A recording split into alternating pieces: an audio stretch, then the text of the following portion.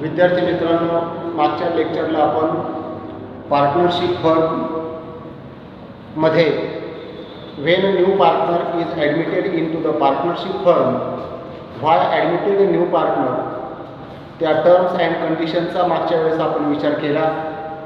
परंतु आता या भागामध्ये आज आपण when new partner is admitted into the partnership firm, that time which procedure will be made when new partner is admitted into the partnership firm. Structure will be changed of the partnership firm. In partnership deed can be changed, profit sharing ratio can be changed. For example, if in the partnership there are two partners, but that new partner is admitted into the partnership firm, before the admitting of a new partner into the partnership firm, old partners profit sharing ratio can be equal. You can assume that their profit sharing ratio can be equal.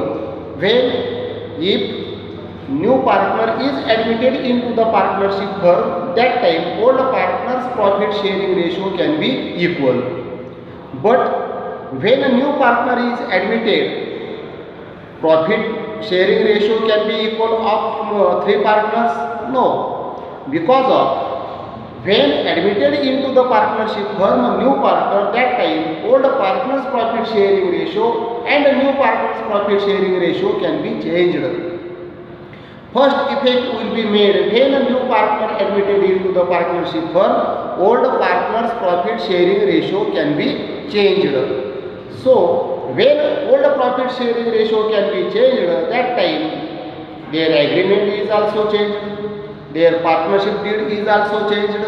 So when partnership deed can be changed or agreement can be changed, profit sharing ratio can be changed. So that profit sharing ratio can be changed or agreement can be changed, new agreement can be made. That is called reconstitution of partnership firm. हे आपण मागच्या लेक्चरला सगळं पाहिलेलं आहे. आज आपण नवीन partner admit केल्यानंतर ओल्ड पार्टनरचे न्यू प्रॉफिट शेअरिंग रेशो का कॅल्क्युलेट करावे लागतात, how to calculate new profit sharing ratio, याबाबत थोडक्यात माहिती घेऊया. कारण मागच्या लेक्चरला मी तोंडी सांगितलेले, परंतु प्रत्यक्ष कॅल्क्युलेशन कसं करावं, new profit sharing ratio calculate करताना न्यू प्रॉफिट शेअरिंग रेशो आपण शॉर्टकट लिहू येणार. New ratio is equal to, जर इथं when new profit sharing ratio केव्हा कॅल्क्युलेट करावे लागतात, त्याचं साधं कारण एक लक्षात ठेवा. When goodwill is write off, when goodwill is write off और capital can be adjusted, new partners capital and old partners capital can be adjusted, that time new profit sharing ratio can be calculated. New profit sharing ratio calculate करण्याच्या दोन पद्धती आहेत. कारण जर new profit sharing ratio calculate करावायचे असतील, जर old पार्टनरचे प्रॉफिट शेअरिंग रेशो दिलेले असतील आणि किंवा दिलेले नसतील, ओल्ड पार्टनरचे profit sharing ratio new ratio दिलेले नसतील आणि फक्त नवीन पार्टनरचा रेशो जर दिलेला असेल, तर त्या टायमाला कोणती पद्धत वापरायची, त्याच्यासाठी न्यू प्रॉफिट शेअरिंग रेशो शोधताना पहिली पद्धत आहे find out the balance of one. Find out the balance of one. हा बॅलन्स ऑफ वन काय भानगड आहे, या पार्टनरशिप फर्मचा प्रॉफिट हा 1 रुपया आहे असं तुम्ही गृहीत धरा. ॲझ्युम करा का पार्टनरशिप फर्मला समजा जर टोटल प्रॉफिट 1 रुपया असेल, तर या 1 रुपयापैकी समजा ओल्ड पार्टनरचा काही हिस्सा असेल तो भाग सोडून द्या, परंतु या 1 रुपयामधून नवीन पार्टनरला ती किती प्रॉफिट शेअरिंग रेशो देणार आहे. या 1 रुपयामधून नवीन पार्टनरचा प्रॉफिट शेअरिंग रेशो मायनस केल्यानंतर, डिडक्ट केल्यानंतर खाली जो शिल्लक राहतो त्याला म्हणतात बॅलन्स ऑफ वन. साधा आपण उदाहरण घेऊया. Suppose there are 2 partners in the old partnership firm A and B. A and B is the old partner.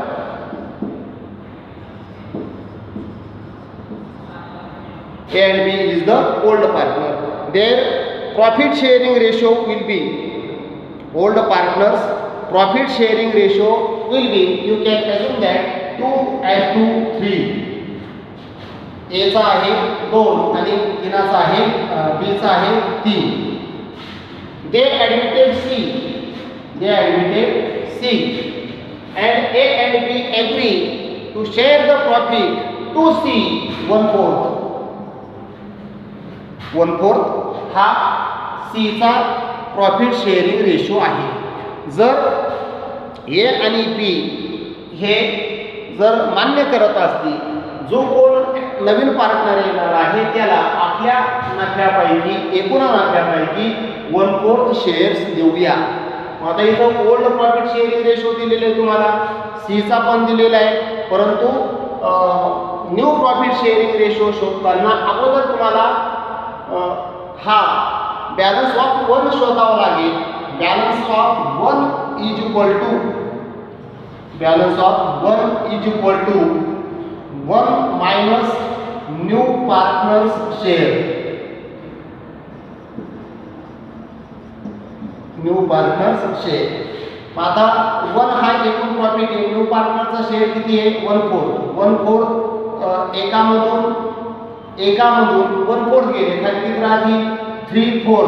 हा 3/4 हा जो आहे it is called balance of 1. It is called balance of 1. मग या 3/4 पैकी याचा भाग किती आहे? याचा किती आहे? 2 भाग. 3/4 पैकी याचे किती आहे? 3 भाग. मग आता new profit sharing ratio calculate करताना सूत्र आहे new profit sharing ratio is equal to old ratio minus old ratio into balance of 1. Balance of 1 हे साधं सूत्र आहे. म्हणून as new ratio is equal to old ratio त्याचा किती आहे? 2:3. It means 2/5 into balance of 1 किती आहे? 3/4. साधा गुणाकार करा. 5 गुणिले 4 5 चौक 20 3 दुने 6. 620 is the new ratio of A. त्याच पद्धतीनं B चं कॅल्क्युलेशन करा. B चं new ratio is equal to old ratio किती? B चा 3. 3/5 into 3/4 is equal to 5 into 4 20. 3 into 3 9. 620 and 920 is the new ratio of A and B. इथं C चा किती आहे? 1/4 आहे. पण बघा, ज्यावेळेस तुम्हाला पर्सेंटेज मध्ये प्रॉफिट वाटायचं असेल त्या टायमाला तुम्ही समजा असं जर की इथं केलं 6:9:1 या पद्धतीनं तुम्हाला पर्सेंटेज मध्ये प्रॉफिट वाटता येणार नाही. पर्सेंटेज मध्ये जर प्रॉफिट वाटायचं असेल तर जर तुम्हाला छेद सारखा असेल तरच तुम्ही त्या प्रमाणामध्ये प्रॉफिट वाटू शकता. म्हणून इथं छेद सारखा करण्यासाठी इथं छेद किती आहे? 4 आहे. इथं छेद किती आहे? 20 आहे. म्हणून हा छेद सारखा करण्यासाठी एकाला आणि 4ला अशी संख्या शोधा का जेणेकरून छेद हा सारखा आला पाहिजे. 4ला जर इथं 5ने गुणलं तर छेद किती? 20 येईल. परंतु एका ठिकाणी अंकाला गुणून चालत नाही अंकगणिताच्या नियमानुसार. म्हणून वरतीही 5ला गुणा. 5 म्हणजे याचा किती झाला? 5/20. आता 5/20 6/20 अधिक 9/20 म्हणजे किती जाणार आहे? 6/20. याचा किती झाला? 9/20. 20, याचा किती झाला 5/20, म्हणजे 6:9:5. त्यांची किती 6:9:5 is the new ratio of all partners. साधी पद्धत आहे. जर तुम्हाला ओल्ड पार्टनरचे नवीन रेशो दिलेले नसतील, ओल्ड पार्टनरचे प्रॉब्लेममध्ये नवीन रेशो दिलेले नसतील, ओल्ड रेशो दिलेला असेल आणि नवीन पार्टनरचा फक्त रेशो दिलेला असेल, परत एकदा ऐका, प्रॉब्लेममध्ये तुम्हाला सगळ्या पार्टनरचे न्यू प्रॉफिट शेअरिंग रेशो दिलेले नसतील, फक्त ओल्ड पार्टनरचा प्रॉफिट शेअरिंग रेशो दिलेला असेल आणि नवीन पार्टनरचा प्रॉफिट शेअरिंग रेशो दिलेला असेल, तर त्या टायमाला तुम्हाला या पद्धतीमध्ये बॅलन्स ऑफ 1 शोधावा लागतो, फाइंड आउट करावा लागतो. Balance of 1 is equal to 1 minus incoming partner shares. You can assume that, इथं तुम्ही गृहीत धरा तर टोटल फर्मचा प्रॉफिट आहे 1 रुपया. त्या 1 पैकी नवीन पार्टनरला किती भाग दिला तेवढा भाग वजा करा. एकामधून नवीन पार्टनरचा हिस्सा वजा जाता जो खाली भाग राहील, हिस्सा राहील, त्याला म्हणतात बॅलन्स ऑफ 1. बॅलन्स ऑफ 1 ची रक्कम मिळाल्यानंतर तुम्हाला सूत्र आहे नवीन प्रॉफिट शेअरिंग रेशो कॅल्क्युलेट करण्याचं. New profit sharing ratio is equal to old partners ratio किंवा old ratio into balance of 1. बस या फॉर्म्युल्यामध्ये तुम्ही सूत्र टाका, तुम्हाला सगळ्या पार्टनरचे न्यू प्रॉफिट शेअरिंग रेशो मिळतील. ही झाली एक पद्धत. पण काही वेळेस नवीन रेशो सुद्धा दिले जातात, त्या टायमाला ते कशा पद्धतीनं कॅल्क्युलेट केले जातात याचा विचार आपण नंतर करू. दुसरा रेशो तुम्हाला कॅल्क्युलेट करावा लागतो, तो म्हणजे sacrifice ratio. What is mean bye sacrifice ratio? If new partner admitted into the partnership firm, समजा ए आणि बी हे दोघं पार्टनर आहेत, त्यांनी सी ला ॲडमिट केलं. जर फर्ममध्ये नवीन भागधारक आला तर तो फुकट येईल का? नाही येणार. समजा इथं आपण असं गृहीत धरूया का एचा इथं हा जो ए आणि बी हे दोघं पार्टनर्स आहे, यांचा प्रॉफिट शेअरिंग रेशो आहे 6:4. गृहीत धरू आपण. इथं मुद्दाम वेगळा घेतलेला आहे प्रॉफिट शेअरिंग रेशो 6:4. दे ॲडमिटेड सी आणि सीला ॲडमिट केल्यानंतर त्यांनी या सीला प्रॉफिट शेअरिंग रेशो दिला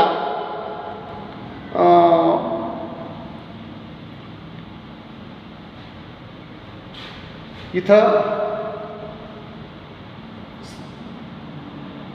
फक्त जर समजा या पद्धतीनं कशा पद्धतीनं new profit sharing ratio calculate केले जातात. कोणती पद्धती? जर ओल्ड पार्टनरचे ओल्ड रेशो दिलेले असतील, ओल्ड पार्टनरचे प्रॉफिट शेअरिंग रेशो दिलेले असतील आणि त्यांनी जर नवीन पार्टनरला घेतलेला असेल आणि त्या तिघांचेही नवीन पार्टनरसह तिघांचेही जर न्यू रेशो दिलेले असतील, जे ओल्ड पार्टनरचे ओल्ड रेशो आणि तिघांचे न्यू रेशो जर दिलेले असतील, तर त्या टायमाला कशा पद्धतीनं तुम्ही सॅक्रिफाईस रेशो कॅल्क्युलेट केले जातात ते पाहूया आपण. सॅक्रिफाईस रेशो इज इक्वल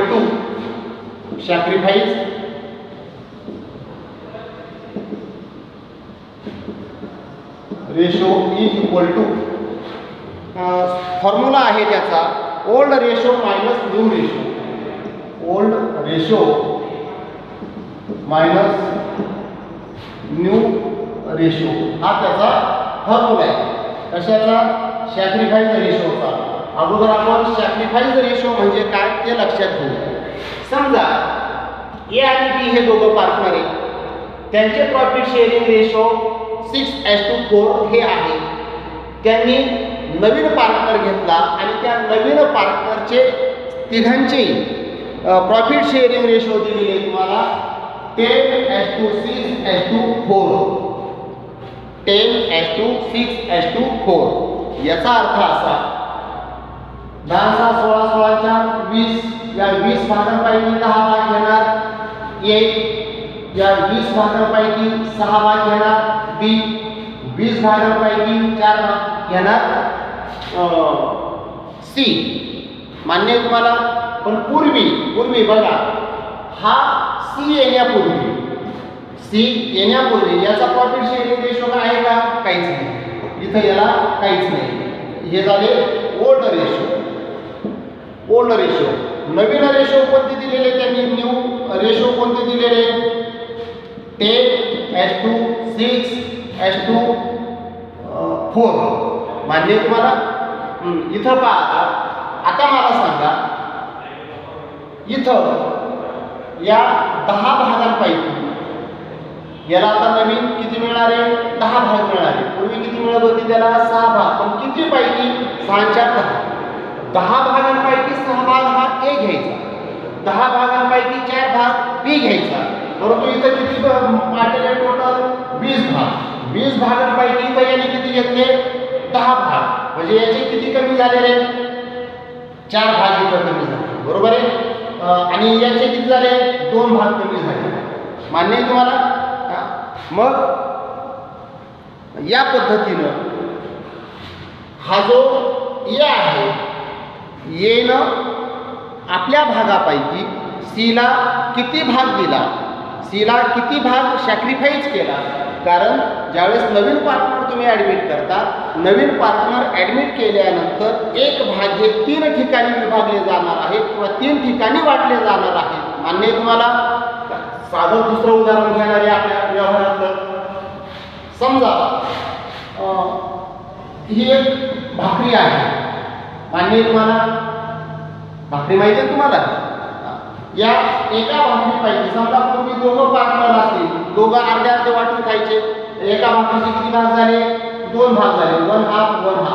हे त्यांचे जर जुने हे त्यांचे कोणते प्रॉफिट शेअरिंग रेशो होतील? जुने प्रॉफिट शेअरिंग रेशो होतील. पण जर यदा कदाचित नवीन पार्टनरला जर तुम्ही ॲडमिट केलं, तर एकाच पोळीचे किंवा एकाच भाकरीचे तुम्हाला किती भाग करावे लागतील? 3 भाग करावे लागतील. मग 3 भाग जर तुम्ही केले तर ते 3 भाग समजा समान केले. पूर्वी 1/2 होते, आता किती होतील? 1/3. मान्य तुम्हाला? म्हणजे एक भाग इथं कमी झाला पहिल्या पार्टनरला. म्हणून ओल्ड पार्टनर नवीन पार्टनरला ॲडमिट केल्यानंतर आपल्या हिशोबातला, आपल्या प्रॉफिटमधला जो भाग त्याला देतात म्हणजे सॅक्रिफाईस करतात, त्या सॅक्रिफाईसला, त्या त्यागाला सॅक्रिफाईस म्हटलं जातं. मग हा सॅक्रिफाईस रेशो काय कॅल्क्युलेट करावा लागतो? सॅक्रिफाईस रेशो कॅल्क्युलेट करण्यासाठी किंवा एक सूत्र आहे, ते सूत्र मी तुम्हाला सांगितलं. Sacrifice ratio is equal to old ratio minus new ratio. आता इथं ओल्ड रेशो तुम्हाला दिलेला आहे. कोणता ओल्ड रेशो घेतलेला होता आपण? 6:4. 6:4 is the old ratio of partner. New ratio किती आहे? New ratio 10:6:4. इथं याच्यातले किती भाग कमी झाले? 4 भाग गेल्यानंतर याला 4 भाग मिळाले. बरोबर आहे? याने ए मधला काही भाग, बी मधला काही भाग असं मिळून हा सीला त्यांनी प्रॉफिट शेअरिंग रेशो दिलेले आहे. तुम्हाला इथं ओल्ड रेशो आहे, न्यू रेशो आहे. तुम्हाला सहजपणे एचे आणि बीचे सॅक्रिफाईस रेशो कॅल्क्युलेट करता येतील. म्हणून A sacrifice ratio is equal to old ratio minus new ratio. फॉर्म्युल्यामध्ये फिगर टाका. ओल्ड रेशो किती त्यांचा? 6:4. It means 6:10 minus new ratio किती? 6 + 10 + 6 + 4 इज इक्वल टू 20. आणि त्याचा भाग किती आहे? 10. बस इथं 20 60. परंतु असं करून चालणार नाही. ज्यावेळेस मायनसचं चिन्ह असतं त्या टायमाला त्यांचं क्रॉस मल्टिप्लिकेशन करावं लागतं. 20 ने 6 ला गुणायचं, 10 ने 10 ला गुणायचं, 20 गुणिले 6 6 12 मायनस 10 गुणिले 10 किती 100 is equal to 120 minus 100 is equal to 20 divided by 20. हा झाला a चा शेष. तसाच b चा कॅल्क्युलेट करा. b चा sacrifice ratio is equal to old ratio minus new ratio. Old ratio किती त्याचा 4 10 मायनस न्यू रेशो किती आहे 6 20. बस त्याच पद्धतीने क्रॉस मल्टिप्लिकेशन करा. 4 दुनी 8 6 जो मोठा असेल तो घ्या. 4 दुनी 8 minus 60 6 into 10 is equal to 20. शून्य गेला त्यांचे झाले 2 it means equal it means 1 it is the equal sacrifice by A and B. इथं बघा त्यांनी जो त्याग केलेला आहे त्यांनी इक्वल केलेला आहे. वन हाफ केलेला आहे. एकास एक इट मीन्स वन हाफ म्हणजे त्यांची सॅक्रिफाइस रेशो जी येते एकास एक हा त्यांचा सॅक्रिफाइस रेशो असेल. सीचा किती आहे सीचा तुम्ही कॅल्क्युलेट केलेलाच आहे 420 आहे त्याचा ऑलरेडी. यांचा 220 काय किंवा एकास एक काय हे इक्वलच आहे. या पद्धतीनं न्यू प्रॉफिट शेअरिंग रेशो आणि सॅक्रिफाइस रेशोचं कॅल्क्युलेशन आपल्याला करता येईल. परत एकदा ऐका, सॅक्रिफाइस रेशो हे 2-3 पद्धतीनं कॅल्क्युलेट केले जातात.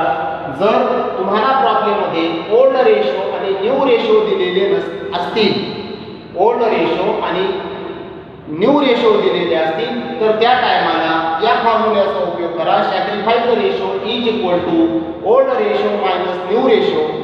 Old ratio minus new ratio figure टाका. ओल्ड रेशो लिहा, न्यू रेशो लिहा, कॅल्क्युलेशन करा, तुम्हाला सॅक्रिफाइस रेशो इथं मिळतील. आता हे न्यू प्रॉफिट शेअरिंग रेशो आणि सॅक्रिफाइस रेशो काय कॅल्क्युलेट करावे लागतात त्याचं कारण मी अगोदर बोलता बोललो आहे. कारण ज्यावेळेस गुडविलचं व्हॅल्युएशन करावं लागतं, गुडविलचं व्हॅल्युएशन करावं लागतं. काही वेळेस गुडविल राईट ऑफ केलं जातं, काही वेळेस गुडविल रिटेन केलं जातं, काही वेळेस गुडविल रेज केलं जातं, काही वेळेस गुडविल विड्रॉ केलं जातं. या 4-5 पद्धती आहेत. कारण goodwill what is mean by goodwill याबाबत 11वीला आपण विचार केलेला आहे. Goodwill is the intangible asset. Goodwill can be increased reputation of business. Goodwill can be increase the profit of business. ह्या बाबी आपण मागच्या लेक्चरला विचारात घेतलेल्या आहेत. मग ह्या गुडविलचं करायचं काय? कारण बुककीपिंग अँड अकाउंटन्सीमध्ये एक वाक्य लक्षात ठेवा. बुककीपिंग अँड अकाउंटन्सीचे जे स्टँडर्ड्स आहेत त्या स्टँडर्ड्सच्या नियमानुसार तेच गुडविल बॅलन्स शीटमध्ये रेकॉर्ड करता येतं किंवा केलं जातं. Those goodwill are purchased and those goodwill are self increased that goodwill do not recorded in the books of account. Purchased goodwill आणि सेल्फ इन्क्रीज्ड गुडविल याचा साधा अर्थ असा आहे, जर तुम्ही नवीन बिझनेस विकत घेतला तर नवीन बिझनेस विकत घेताना तुम्ही आहे त्या प्रॉपर्टीपैकी आहे त्या असेटपैकी त्या मूळ मालकाला जे जादा प्रीमियम देतात, जादा रेम्युनरेशन देतात, जादा पैसा देतात त्या एक्स्ट्रा प्रीमियमला गुडविल म्हटलं जातं. आणि आहे त्या असेटपेक्षा जास्त किंमत जर तुम्ही त्यांना दिली तर ती जास्त प्रीमियम जादा पैसा extra premium it is called goodwill. that goodwill is called purchased goodwill and that amount that goodwill of amount can be recorded on balance sheet assets. थोडक्यात जे परचेस्ड गुडविल असेल परचेस्ड गुडविलचीच अमाऊंट तुम्हाला balance शीटच्या asset साईडला record करता येते.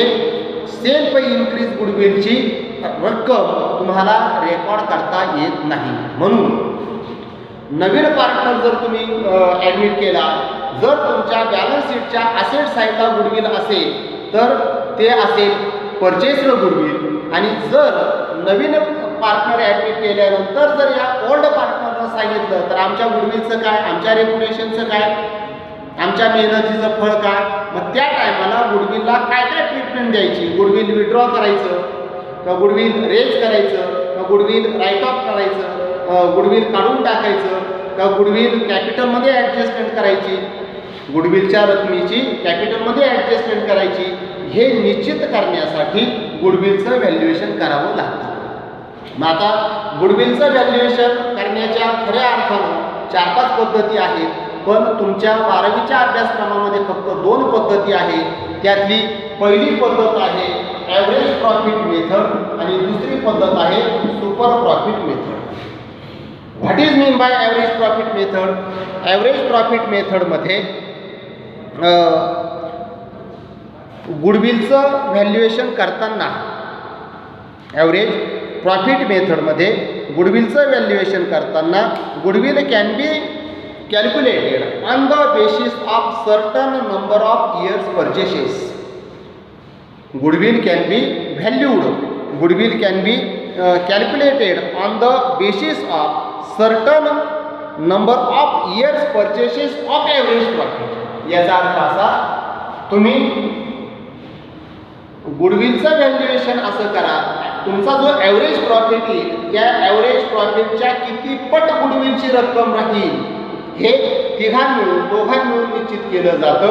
कारण सुरुवातीला जर 2 पार्टनर असतील, नवीन एक पार्टनर जर घेतला तर नवीन पार्टनरला गुडविलची रक्कम किती फिक्स करावायची याबाबत तिघांच्या सहमतीनं रक्कम फिक्स केली जाते.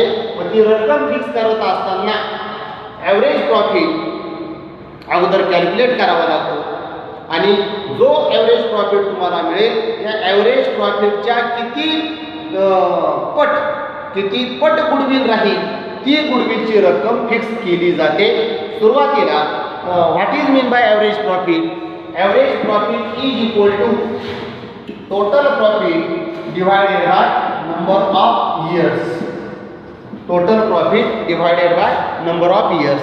तुम्हाला टोटल प्रॉफिट दिलेला असतो. टोटल प्रॉफिट तुम्हाला 4 ते 5 वर्षाचा दिलेला असतो. जो 4 ते 5 वर्षाचा प्रॉफिट दिलेला असतो तो टोटल प्रॉफिट राहील. त्याला जितक्या वर्षाचा प्रॉफिट दिलेला असतो त्याला तेवढ्या वर्षाने भागा. इथं उदाहरण जर द्यायचं झालं, समजा तुम्हाला 2001 पासून प्रॉफिट दिलेला असेल, एक अंदाजे फिगर घेऊया आपण. 2001चा 1,20,000 प्रॉफिट आहे. शॉर्टकट घेऊया आपण. त्याच्यानंतर 2002चा 80,000 आहे प्लस 2002 2 3 4 2002चा झाला 80,000, 2003चा झाला 20,000. परंतु 2003चा हा जो 20,000 असेल, दरवर्षी प्रॉफिट होईलच असं नाही. हा जर समजा लॉस असेल तर हा loss can be deducted from total profit. जर यदा कदाचित तुम्हाला 4-5 वर्षाचा प्रॉफिट दिलेला असेल आणि त्या 4-5 वर्षाच्या प्रॉफिटमध्ये जर एखाद्या वर्षी लॉस झालेला असेल तर हा लॉस तुम्ही वजा करा. कारण ॲव्हरेज प्रॉफिट काढायचं आहे आपल्याला. पुढच्या वर्षाचा प्रॉफिट पहा. पुढच्या वर्षाचा प्रॉफिट दिलेला आहे तुम्हाला 60,000 आणि लॉस किती आहे 20,000. हा 20,000 लॉस तुम्ही वजा करा. किती वर्षाचा आहे टोटल? 1 2 3 4 त्याला डिवायडेड बाय 4 इयर्स. यांची टोटल करा. Average profit is equal to average 1,20,000 80,000 2,60,000 2,60,000 minus 20,000 divided by 4 years is equal to average profit is equal to 2,60,000 मधून 20,000 गेले 2,40,000 डिवायडेड बाय 4 इयर्स किती येईल रे? Average profit is equal to 60,000 is the average profit of that firm.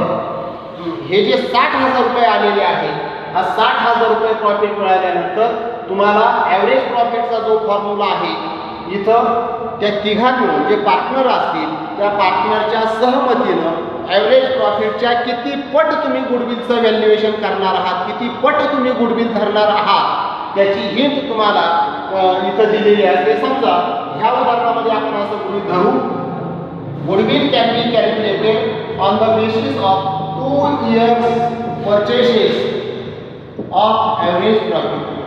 2 years purchases of average profit. याचा अर्थ असा, जे तुमचं ॲव्हरेज प्रॉफिट येईल ह्या ॲव्हरेज प्रॉफिटच्या दुप्पट, ॲव्हरेज प्रॉफिटच्या दुप्पट तुमचं गुडविल राहील. म्हणून इथं average profit is equal to 6,000 into 2 is equal to 1,20,000 is the goodwill of that firm. साधी पद्धती ही. ॲव्हरेज प्रॉफिट मेथडनं जर गुडविलचं कॅल्क्युलेशन करायचं असेल तर टोटल जेवढा प्रॉफिट असेल त्याची बेरीज करा. यदा कदाचित जर त्या 4-5 वर्षाच्या प्रॉफिटमध्ये एखादी फिगर लॉसची असेल तर ती वजा करा. त्याला जेवढ्या वर्षाचा प्रॉफिट दिलेला असेल त्याने भागाकार करा आणि भागाकार केल्यानंतर जी फिगर येईल त्याला म्हणतात ॲव्हरेज प्रॉफिट, त्याला म्हणतात ॲव्हरेज प्रॉफिट. मग या ॲव्हरेज प्रॉफिटच्या किती पट प्रॉब्लेममध्येच तुम्हाला दिलेले असतं. Goodwill can B calculated 2 years purchases of average profit. Goodwill can B calculated 2.5 years purchases of average profit. Goodwill can B calculated 3 years purchases of average profit. जी अट तुम्हाला दिलेली असेल ॲव्हरेज प्रॉफिटच्या किती पट गुडविलचं व्हॅल्युएशन धरायचं याबाबत तुम्हाला प्रॉब्लेममध्ये माहिती दिलेली असते. बस ते ॲव्हरेज प्रॉफिटच्या फिगरला तितक्या अंकाने गुणा तुमचं जी फिगर येईल ते तुमचा असेल गुडविल. इथं या पद्धतीनं ॲव्हरेज प्रॉफिट मेथडनं गुडविलचं व्हॅल्युएशन कसं केलं जातं याचा विचार केला. दुसरा भाग आहे, कारण काही वेळेस ॲव्हरेज प्रॉफिट हा बरोबरच असेल याची शाश्वती नाही. ॲव्हरेज प्रॉफिट हा दरवर्षी ॲव्हरेज प्रॉफिट ॲक्युरेट असेल असं नाही. काही वेळेस त्याच्यामध्ये फसवणूकसुद्धा होऊ शकते. म्हणून जर नवीन पार्टनरला ॲव्हरेज प्रॉफिट मेथडनं गुडविलचं व्हॅल्युएशन मान्य नसेल तर गुडविलचं व्हॅल्युएशन करताना एक सुपर प्रॉफिट मेथड ही एक पद्धत आहे. Super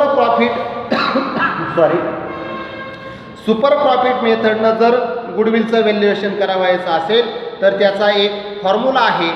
super profit is equal to average profit minus normal profit. Average profit minus normal profit. Shortcut ठेवूया आपण, average profit minus normal profit. आता ॲव्हरेज प्रॉफिट कसा कॅल्क्युलेट करायचा तुम्हाला माहिती आहे. पहिल्यांदा ॲव्हरेज प्रॉफिट कॅल्क्युलेट करून घ्यायचा. नंतर normal profit. What is mean by normal profit? Normal प्रॉफिटचा अर्थ असा आहे, जर समजा एक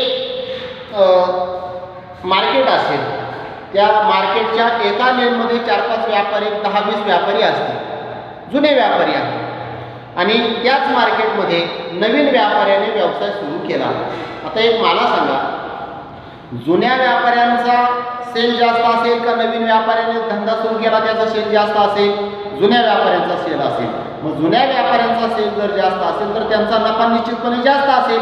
परंतु जो नवीन व्यापारी नवीन दुकान टाकतो त्याने असं गृहीत धरलेलं असतं, कारण कोणत्याही नवीन व्यवसायाला वेट अँड वॉच हा असतो. काही कालावधी प्रॉफिट मिळवण्यासाठी आपल्याला वेटिंग करावं लागतं. धंदा टाकला लगेच आपला 5-50 हजार रुपयाचा सेल झाला एका दिवसामध्ये असं कधीही होत नाही. कारण धंद्याचं रेप्युटेशन, धंद्याचं गुडविलचं जसं वाढत जाईल तसतसे कस्टमर तुमच्या बिझनेसकडे अट्रॅक्ट होतात, आकर्षित होतात. ग्राहक कस्टमर आकर्षित झाल्यानंतर तुमचा सेल वाढतो. सेल वाढल्यानंतर तुमचे ट्रान्झॅक्शन वाढतात. ट्रान्झॅक्शन वाढले तुमचा प्रॉफिट वाढतो. म्हणून नवीन व्यावसायिकाला व्यवसाय टाकत असताना त्याने असं गृहीत धरलं की कोणती कन्सेप्ट क्लिअर करतोय, नॉर्मल प्रॉफिट, का मला फक्त धंद्याचा खर्च मिळाला तरी पुष्कळ आहे, मला नफा नाही झाला तरी चालेल, ना नफा ना तोटा तत्वावर 1 वर्षापर्यंत आपण धंदा फक्त खर्च निघाला या तत्वावर करूया. म्हणजे इथं त्याने नॉर्मल प्रॉफिट किती धरला मित्रे? 0. कारण नॉर्मल प्रॉफिट हा मिळेलच, मला धंदा सुरू झाल्यानंतर नफा मिळेलच असं नाही. काही धंद्यामध्ये काही दिवस तुम्हाला नफा मिळविण्यासाठी वेट अँड वॉच करावं लागतं. म्हणून त्याने माझा फक्त खर्च पाणी सुटला पुष्कळ झाला, म्हणजे इथं त्याचा नॉर्मल प्रॉफिट किती झाला? 1. दुसरं एक उदाहरण घ्या. समजा त्याच लेनमध्ये 4 कापड व्यापारी असतील, 4 कापड दुकानदार असतील. एकाने भांडवल गुंतवलेलं आहे 1 लाख रुपये, दुसऱ्याने गुंतवलेलं आहे 2 लाख रुपये, तिसऱ्याने गुंतवलेलं आहे 50,000 रुपये. साधा टपरीवाला आहे. आता याला प्रॉफिट मिळतो, या 10% जर आपण प्रॉफिट धरला, याला समजा आपण 15,000 रुपये प्रॉफिट मिळतो. या 2 लाख रुपयाचं ज्याने भांडवल गुंतवलेलं आहे त्याला 17,000 रुपये प्रॉफिट मिळतो आणि हा जो 50,000 रुपये जो गुंतवलेला आहे त्याला 14,000 रुपये प्रॉफिट मिळतो. आता मला सांगा, इथं नफ्याचं प्रमाण कुणाचं जास्त आहे? 1 लाख रुपये गुंतवणाऱ्याचं का 2 लाख रुपये गुंतवणाऱ्याचं का 50,000 रुपये गुंतवणाऱ्याचं? इथं 50,000 रुपये गुंतवून त्याला 14,000 रुपये प्रॉफिट मिळतो. म्हणजेच याचा प्रॉफिट साधे किती आहे? जास्त आहे. मान्य तुम्हाला? नॉर्मल रेट किती याचा? जो काय असेल तो, पण कमी भांडवलामध्ये जास्त नफा जर तुम्हाला होत असेल तर त्याचा नॉर्मल रेट ऑफ रिटर्न हा निश्चित यांच्यापेक्षा जास्त असेल. हा नॉर्मल रेट ऑफ रिटर्न तुम्हाला प्रॉब्लेममध्ये दिलेला असतो. 10% असेल, काही वेळेस तुम्हाला नॉर्मल रेट ऑफ रिटर्न 10% असेल, 12% असेल, 15% असेल, जो काय असेल तो नॉर्मल रेट ऑफ रिटर्न दिलेला असतो. म्हणून नॉर्मल प्रॉफिट दिलेला असतो. ठीक आहे. Super profit is equal to average profit minus normal profit.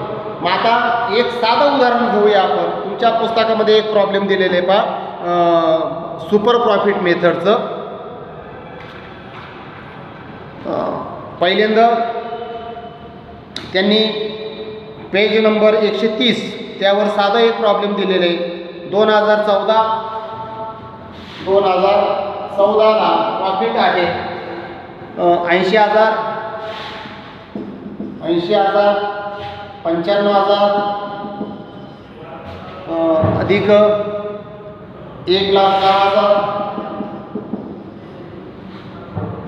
Loss दिलेला आहे 40,000 आणि परत 85,000 प्रॉफिट दिलेलं आहे. खालच्या याच्यामध्ये कॅपिटल एम्प्लॉईड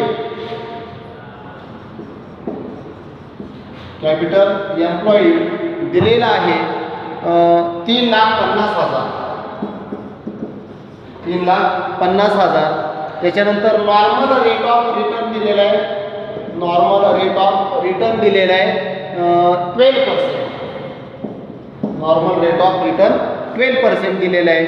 आणि गुडविल त्यांनी कॅल्क्युलेट करायला, goodwill is to be valued of 2 years purchases of super profit. 2 years purchases of super profit ही हिंट महत्वाची आहे आपल्याला.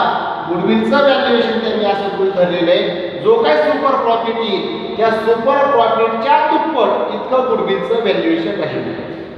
बघा आता इथं सूत्र काय आहे? Super profit is equal to average profit minus normal profit.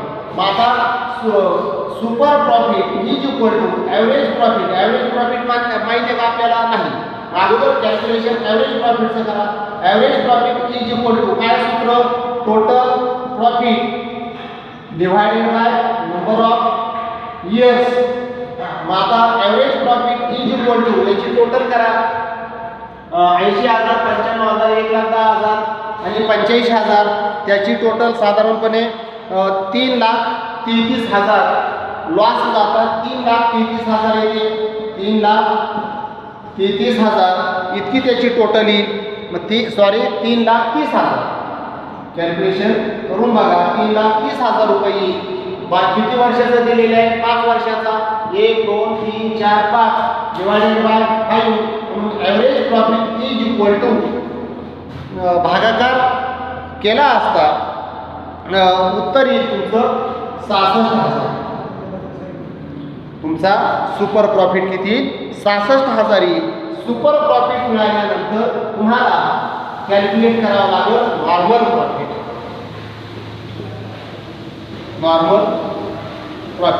Normal प्रॉफिटचं सूत्र आहे, लक्षात ठेवा. Capital employed into NRR. Capital into NRR divided by capital employed into NRR divided by number of years. बस. कॅपिटल एम्प्लॉईडची तुम्हाला फिगर दिलेली आहे इथं दिलेली बघा. कॅपिटल एम्प्लॉईड किती? 3,50,000. 3,50,000 into normal rate of return किती आहे? 12% दिलेलं आहे. Divided by number of years किती आहे? 5 इयर्स. Divided by 5 years. त्याचं कॅल्क्युलेशन करा. कॅल्क्युलेशन केल्यानंतर उत्तर येईल तुमचं नॉर्मल प्रॉफिट येईल तुमचा 42,000. किती? 42,000 हा तुमचा नॉर्मल प्रॉफिट येईल. 42,000 प्रॉफिट आल्यानंतर हा कोणता झाला? Normal profit. 2 फिगर मिळाल्या. मला ॲव्हरेज प्रॉफिट मिळाला, मला नॉर्मल प्रॉफिट मिळाला. मग सुपर प्रॉफिटचं सूत्र काय आहे? Average profit minus normal profit. मग average profit minus normal profit, average profit minus normal profit म्हणून super profit is equal to average profit किती तुमचा?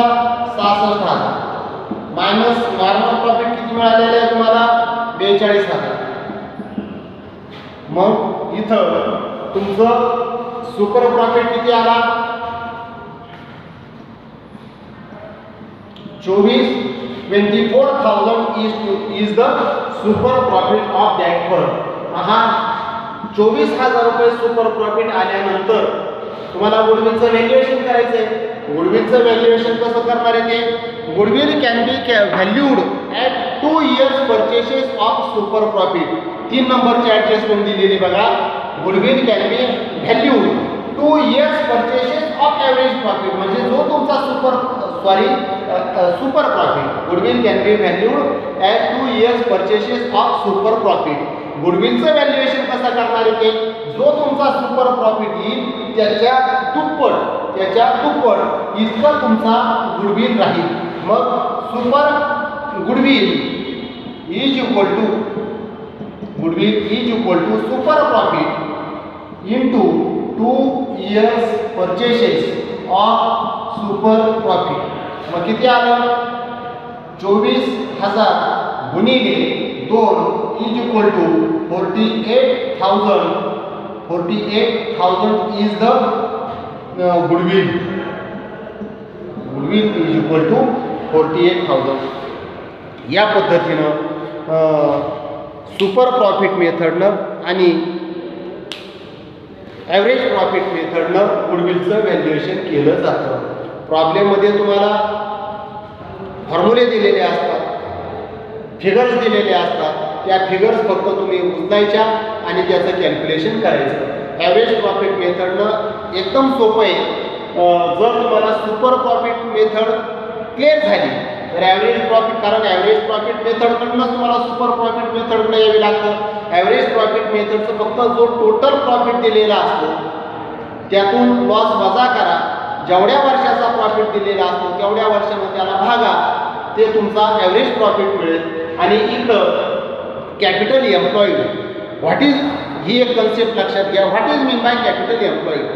Capital employed it means total fixed asset of the business other than goodwill and total current asset. Minus total current liability is equal to capital employed of that the business.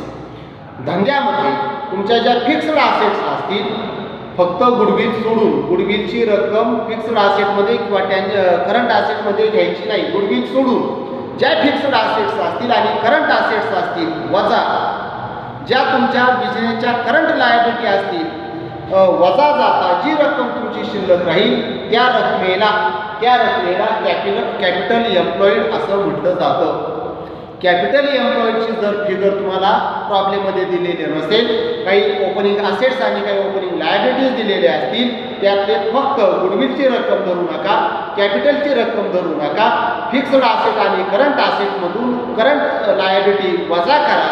जी काही रक्कम शिल्लक राहील ती रक्कम म्हणजे तुमचं कॅपिटल एम्प्लॉईड. आणि NRR याचा अर्थ असा, नॉर्मल रेट ऑफ रिटर्न.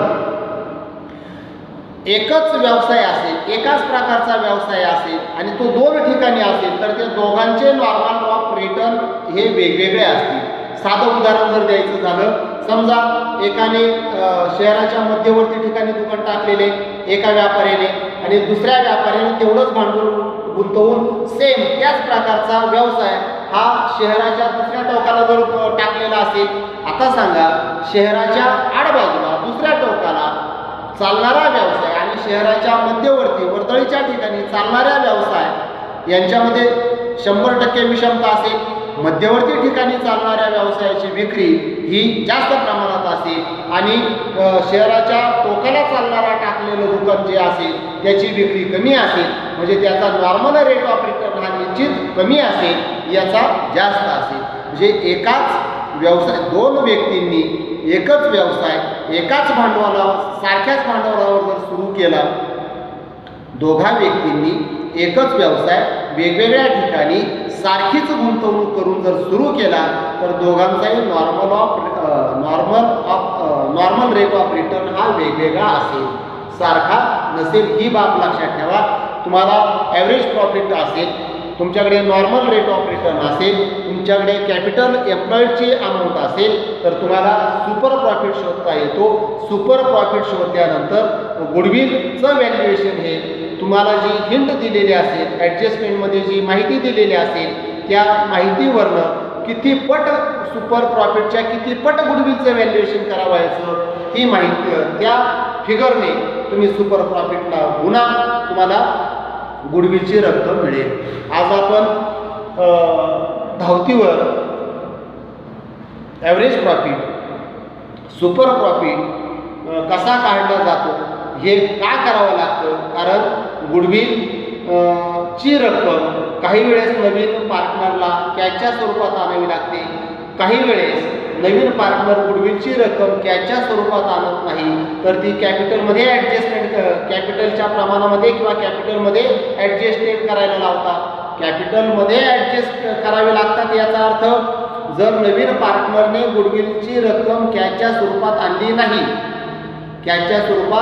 नाही, तर त्याने जे भांडवल म्हणून रक्कम गुंतवलेली असते त्या भांडवलाच्या प्रमाणामध्ये गुडविलची रक्कम, म्हणजे तिथं कॅपिटल अकाउंटला काही करता येणार नाही तर त्याच्या करंट अकाउंटला इफेक्ट द्यावे लागतात. त्या करंट अकाउंट आणि कॅपिटल अकाउंट कसे ॲडजस्ट केले जातात किंवा कसे इफेक्ट होतात या बाबतचा भाग आपण पुढच्या लेक्चरला विचारात घेऊ. मी मागच्या लेक्चरला तोंडी how to calculate new profit sharing ratio, sacrifice ratio, त्याचबरोबर ॲव्हरेज प्रॉफिट आणि सुपर प्रॉफिट कसा कॅल्क्युलेट केला जातो याबाबत माहिती दिलेली आहे. तेही लेक्चर ऐका आणि हे पण लेक्चर ऐका, प्रत्यक्ष कॅल्क्युलेशन करून बघा. जर काही अडचण आली तर तुम्ही ती अडचणी फोन करून दूर करू शकता. ठीक आहे, ओके.